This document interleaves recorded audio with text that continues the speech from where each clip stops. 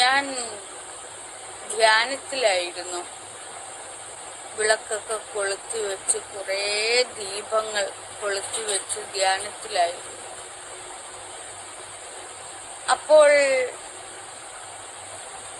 ധ്യാനത്തിലിരിക്കുമ്പോൾ ചില നേരത്ത് ഞാൻ ഒന്നുമല്ലാത്ത രീതിയിൽ, ഒന്നുമല്ലാത്ത അവസ്ഥയിലായിപ്പോയി. അപ്പോൾ ഫോണോ ഒന്നും ഞാൻ എൻ്റെ കൈകൊണ്ട് തൊടാറില്ല, ഫോണൊന്നും എടുക്കാറേ ഇല്ല. എന്നാൽ ജ്ഞാനം എന്ന ആ ഒന്നിലേക്ക് വരുമ്പോൾ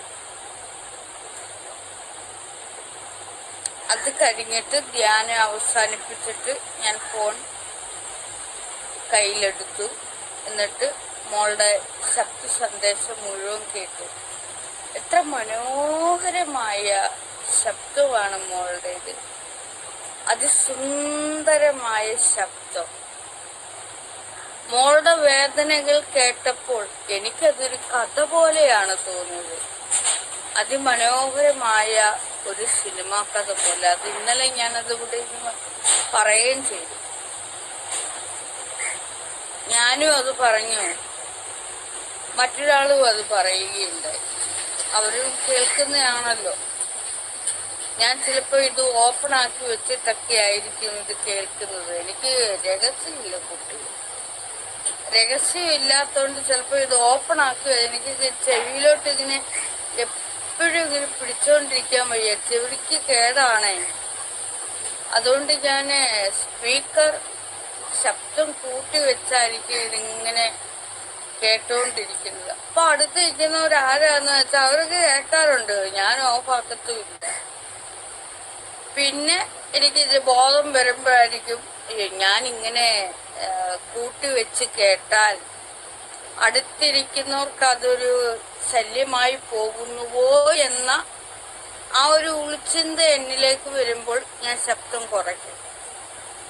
അപ്പൊ ഇത് മറ്റൊരാൾ കേട്ടപ്പോഴും അവർക്കും അങ്ങനെയാണ് തോന്നിയത്, സിനിമക്കഥ പോലെ. ഞാനിത് ഇന്നലെ ഇവിടെ പറയുകയും ചെയ്തു. കഠിന നിമിഷങ്ങൾ, അതായത് മോളുടെ ശബ്ദ സന്ദേശം കേട്ട് എനിക്കങ്ങനെയാ തോന്നിയത്. ഞാനത് ഉറക്കെ പറയുകയും ചെയ്തു. ഇത് കഥയാണോ ജീവിതമാണോ? അതങ്ങനെയാണ്.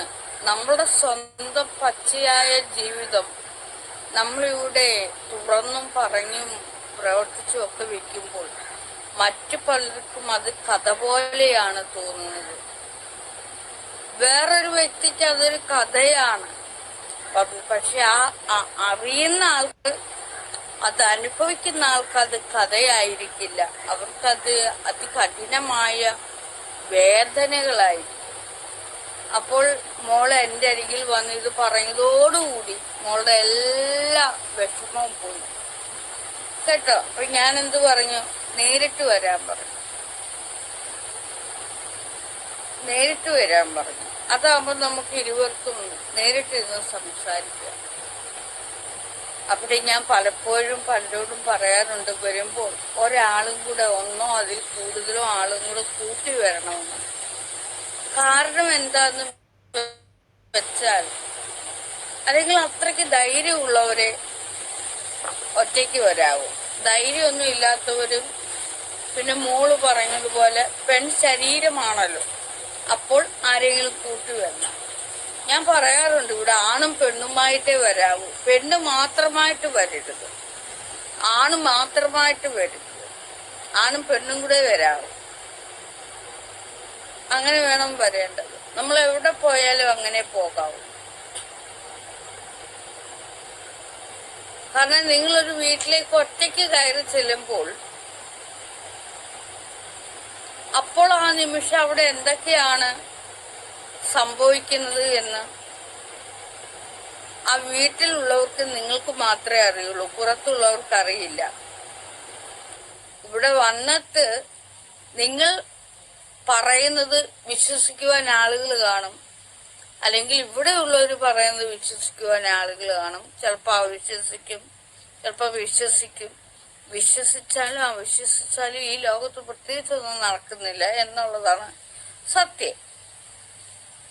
അപ്പോൾ എന്റെ അരികിലേക്ക് വരും. മറ്റാരുടെയും കാര്യം എനിക്കറിയേണ്ട. എന്റെ അരികിലേക്ക് ആര് വന്നാലും ആണോ പെണ്ണോ ഒപ്പം രണ്ടു പേര് വരണം. ഒന്നുകിൽ ആണും ആണും, അല്ലെങ്കിൽ പെണ്ണും പെണ്ണും, അല്ലെങ്കിൽ ആണും പെണ്ണും. ഒന്നുകിൽ ആണും ആണും വരണം, അല്ലെങ്കിൽ പെണ്ണും പെണ്ണും വരണം, അല്ലെങ്കിൽ ആണും പെണ്ണും വരണം. അപ്പൊ മോള് പറഞ്ഞൊരു പെണ്ണിന് കൂട്ടായിട്ടൊരു പെണ്ണ് ഉണ്ടെന്ന് പറഞ്ഞു. പോന്നോളൂ. എവിടെയാണ് സ്ഥലം പറഞ്ഞത്? ബാംഗ്ലൂർ. ബാംഗ്ലൂരിൽ നിന്നാണ് ഇവിടേക്ക് വരുന്നത്. ബാംഗ്ലൂർ എന്ന് പറയുന്ന സ്ഥലം. അവിടെ ഞാൻ കുറെ നാള് ജോലിക്ക് നിന്നിട്ടുള്ളൊരു സ്ഥലമാണ്. ജോലിക്ക് ഞാൻ അവിടെ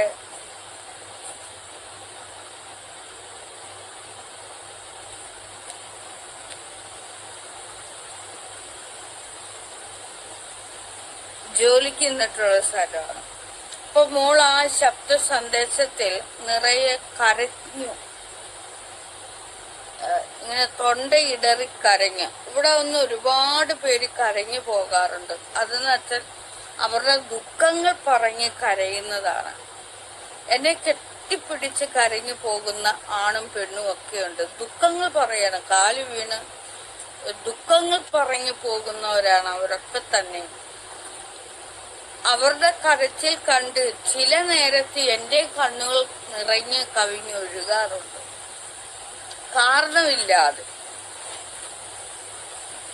അപ്പൊ മോളുടെ ആ കരച്ചില് കണ്ടപ്പോൾ അല്ലെങ്കിൽ കേട്ടപ്പോൾ കേൾക്കുകയായിരുന്നു ഞാൻ ചെയ്തത്. അത്രത്തോളം മനസ്സ് വേദനിക്കുന്ന ഒരാളാണെന്ന് എനിക്ക് തോന്നി. എന്തു തന്നെയായാലും ഇനി പോന്നോളൂ കേട്ടോ. ഇനിയാണ് എൻ്റെ കുട്ടിയോട് ഞാൻ കുറെ കാര്യങ്ങൾ പറയുന്നത്.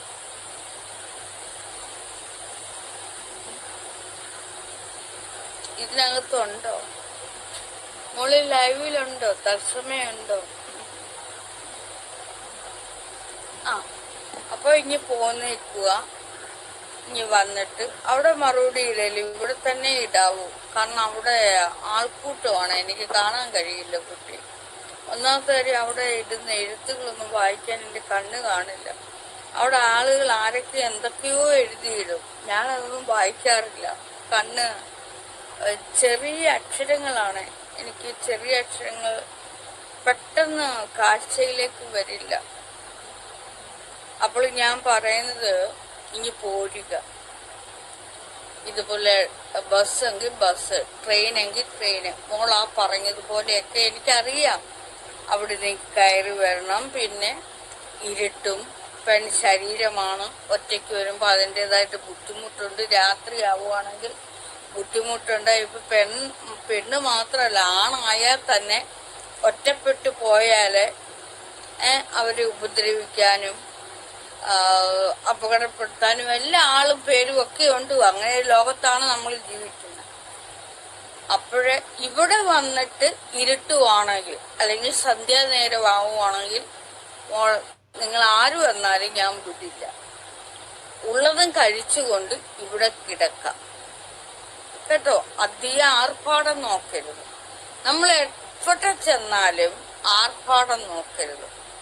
എവിടെയാണോ നമ്മൾ ചെല്ലുന്നത് അവിടുത്തെ രീതി അനുസരിച്ച് ആ രീതിയെ വലിയ ആർഭാടമാക്കി മാറ്റി കഴിയണം. എങ്ങനെയാണ് ഞാൻ പറഞ്ഞത്?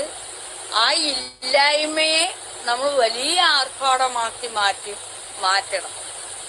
ഒരു ദാരിദ്ര്യം പിടിച്ച വീട്ടിലേക്ക് ചെന്നാൽ നിങ്ങൾ ബുദ്ധിയുള്ളവരാണെങ്കിൽ അവിടെ ആർഭാടമാക്കി മാറ്റുവാൻ നിങ്ങൾക്ക് കഴിയും. എനിക്ക് കഴിയാറുണ്ട്.